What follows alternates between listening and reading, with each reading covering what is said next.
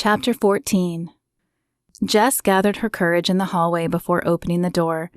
As soon as Jess crossed the door jamb, Emily bounded across the room and engulfed her in a hug. "Where were you? Why didn't you leave me a note or text me you were okay? I was so worried."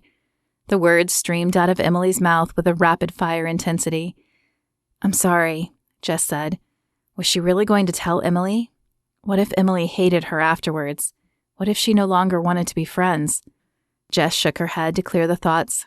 Emily wouldn't do that. "I need to talk to you, but you should sit down." Emily followed Jess's lead and sat down on her bed, her hands clasped in her lap.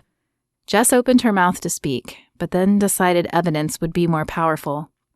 She crossed to her dresser and retrieved the white stick from under the clothes where she had stashed it at her first opportunity. Emily's eyes widened as she realized what lay in Jess's hand, and her mouth dropped open in a perfect O shape. "Oh, Jess, I'm so sorry, but we'll figure something out. We have several places you can contact for information on adoption or financial assistance if you decide to want to raise the baby." Horror dawned on Emily's face. "Or did you?" Tears flooded Jess's eyes, blurring the room around her. She sank onto the bed next to Emily. "I didn't, but I was on my way, Emily. I knew it was wrong, which is why I didn't tell you. But I have nothing. I thought it would be easier if—" "Don't even consider it," Emily said. "That could be me. That was going to be my fate until God stepped in. He has a plan for you too, and it does not include getting rid of this child." "I was so worried you would hate me," Jess said. "I've messed up so much." "Jess, I could never hate you. You're my sister in Christ, and no matter how much you mess up, I will be there, and Jesus will be there for you." Her eyes widened. "Does Chad know?" Jess shook her head. "I asked him to meet me here at 7 so I could tell him." "Jess, it's 6:45, Emily said. "Oh, crap," Jess said, jumping up from the bed. "What do I say to him?" She paced back and forth in the room. It was a good thing the floor was already old, because Jess felt like she would have worn a crevice in a new carpet. "The truth," Emily replied. "Whether he wants to be a part of it or not, he deserves to know he has a son or daughter coming. I'll step out to give you privacy, but I'll be right downstairs if you need me." Jess nodded, but her heart continued to pound a beat in her head. She'd practiced what she would tell him on the bus ride home, but now that the time was nearly here, her stomach twisted in knots. Taking a deep breath, Jess smoothed her shirt and sat on the bed, tapping her fingers on the mattress. Her leg jiggled back and forth of its own accord. "It'll be okay," Emily said from across the room. Jess envied her calm demeanor. Of course, she wasn't the one carrying the baby, but she somehow thought even if Emily was, that she would be calm. A knock sounded at the door and Jess's heart jumped. Emily flashed a thumb up as she walked to the door. Chad, dark and sexy, stood on the other side in a black leather jacket and jeans. At the sight of him, Jess's heart sped up. He still affected her, and though she saw him twice a week in class, seeing him out of class and in her doorway felt different. "I'll just let you two have some time," Emily said, squeezing past Chad. As Chad stepped into the room and closed the door behind him, Jess felt her old nature start to kick in. The words could wait. She could pull him onto the bed and lose herself in his arms. After all, she was already pregnant, so there was no fear of that. No, that was no longer her life. She would stand up to temptation. "Jess," he said, closing the distance between them. She placed her fingers on his lips, trying to ignore the tremor of emotion that shot through her. "Wait, let me go first before I lose my nerve."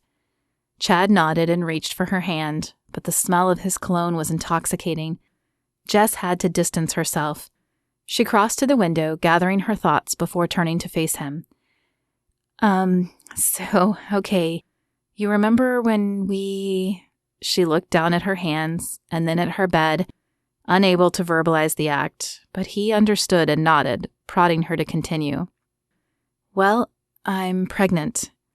His eyes widened, his mouth opened and closed, then opened again. He ran his hand across a stubbled chin. "Are you sure? I mean, it's been so long. We were together the last time over a month ago." Jess's face flamed. "I know, but I hadn't realized I was late until I started getting sick. I took a test this weekend, and I've only been with you." "Wow. Okay. His hands trailed down his denim-clad thighs before he turned his blue eyes on her. Oh, those eyes. "What do you want to do?" "I'm gonna have the baby," she said. "I thought I wanted an abortion, which is where I was today, on the way to the nearest clinic. But your call, an old woman, and God changed my mind." She chuckled at his puzzled expression. "It's a long story, but I'm not asking anything from you. I'll put the baby up for adoption." He nodded, blinking a few times. Then his hand again grazed his chin. The simple, nervous gesture sent her heart racing. What was wrong with her? "No." "No?" she asked. "Well, I'm not sure. Look, Jess, I don't know if I'm ready to be a father.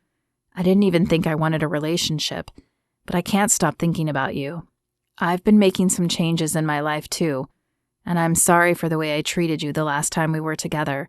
I was selfish and wrong, but I was pushing you away because of fear. That's a story for another day. However, after Emily came looking for you today, and I didn't know what had happened to you, I couldn't deny I had feelings any longer. I want us to be together, the right way this time. Let's get to know each other, and then we can decide about the baby." Jess's head dropped forward and her eyes widened. Was he for real?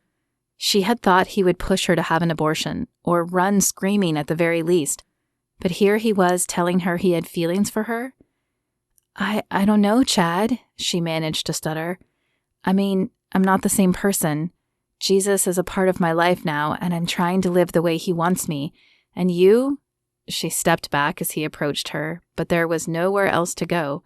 She was backed up against the window. "You are like playing with fire. I'm not sure I could date you and behave." The last words came out little more than a whisper as his hands circled her neck and tangled in her hair.